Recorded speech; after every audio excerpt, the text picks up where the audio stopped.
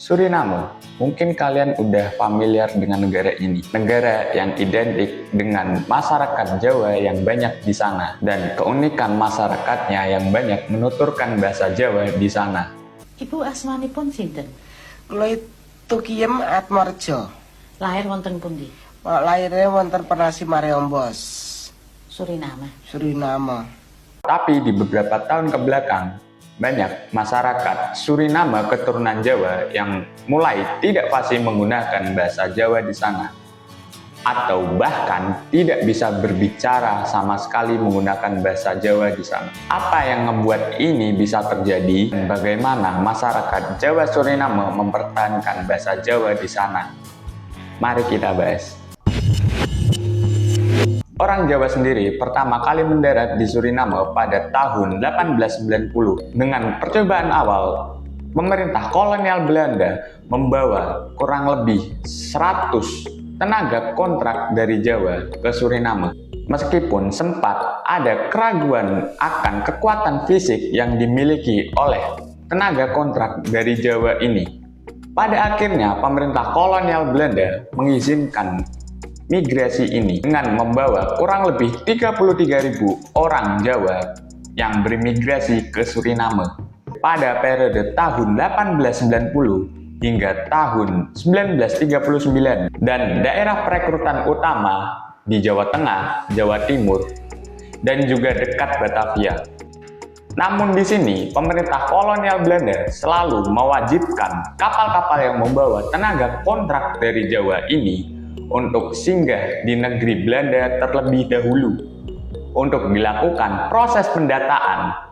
Tetapi pada 16 Juni 1894, kapal SS Forward yang mengangkut tenaga kontrak gelombang kedua yang berjumlah 582 orang mengalami kelebihan kapasitas yang menyebabkan kapal tidak memenuhi syarat untuk menjadi kapal angkut personil, yang mengakibatkan 64 orang penumpang kapal meninggal dunia dan 85 orang harus dilarikan ke rumah sakit setelah kapal mendarat di pelabuhan Paramaribo, Suriname. Mirisnya, kejadian ini tidak ada tanggapan dari pemerintah kolonial Belanda sama sekali. Tenaga kontrak Jawa ini bekerja di perkebunan kopi, tebu, dan juga kakao atau coklat, serta di pertambangan bauxit di bawah Punel Sengsi. Mungkin kalian masih asing dengan Punel Sengsi atau bahkan tidak tahu apa itu Punel Sengsi.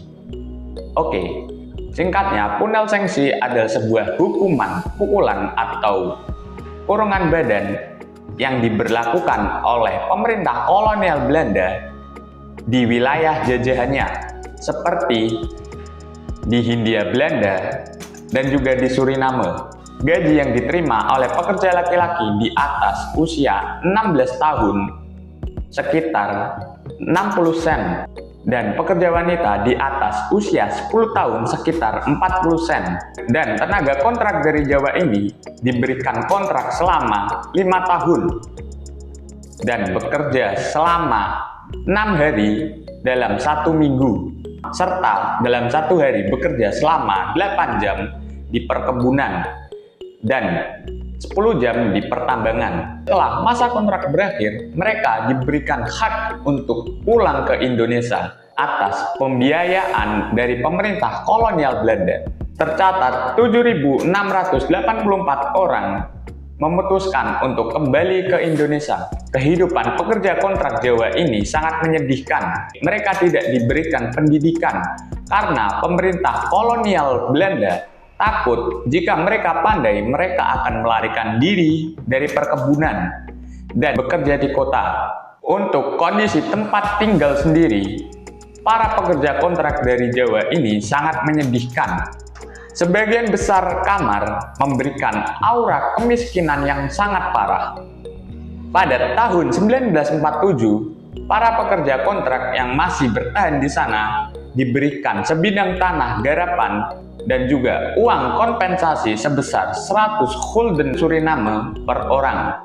Masa kejayaan tebu mulai merosot. Banyak para mantan pekerja kontrak dari Jawa yang memutuskan untuk bekerja di pertambangan bauksit di Monggo, Paranam, dan juga Biliton. Pada tahun yang sama, ada sekitar 100 orang mantan pekerja kontrak yang memutuskan untuk kembali ke Indonesia dengan menggunakan kapal Tabian.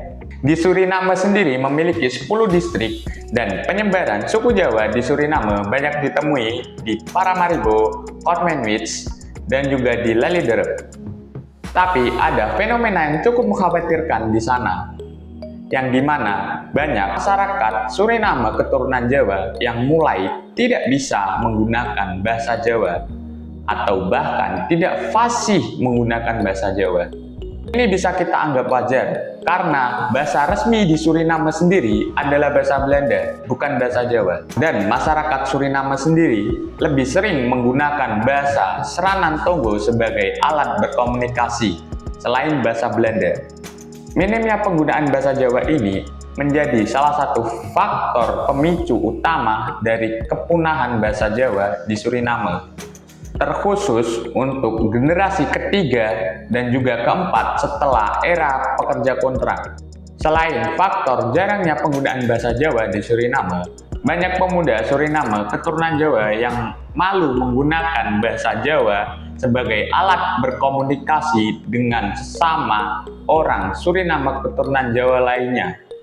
Hal ini sangat dikhawatirkan oleh generasi kedua setelah era pekerja kontrak akan kepunahan bahasa Jawa di sana. Maka dari itu, ada sekelompok orang Suriname keturunan Jawa yang berupaya melestarikan bahasa Jawa di sana. Salah satu upayanya adalah mendirikan Radio Garuda, yang dimana Radio Garuda merupakan salah satu radio berbahasa Jawa yang ada di Suriname. KBRI kita di Suriname juga khawatir akan masalah ini.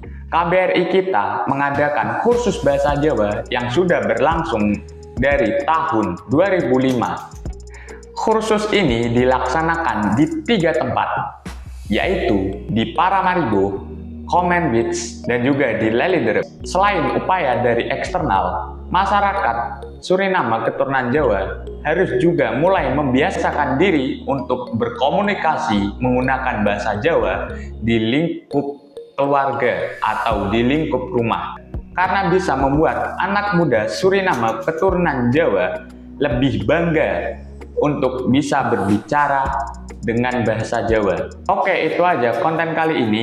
Kalau kalian mau menambahkan yang kurang di video, kalian bisa komen di bawah, atau kalian mau request topik konten selanjutnya, kalian bisa juga komen di bawah.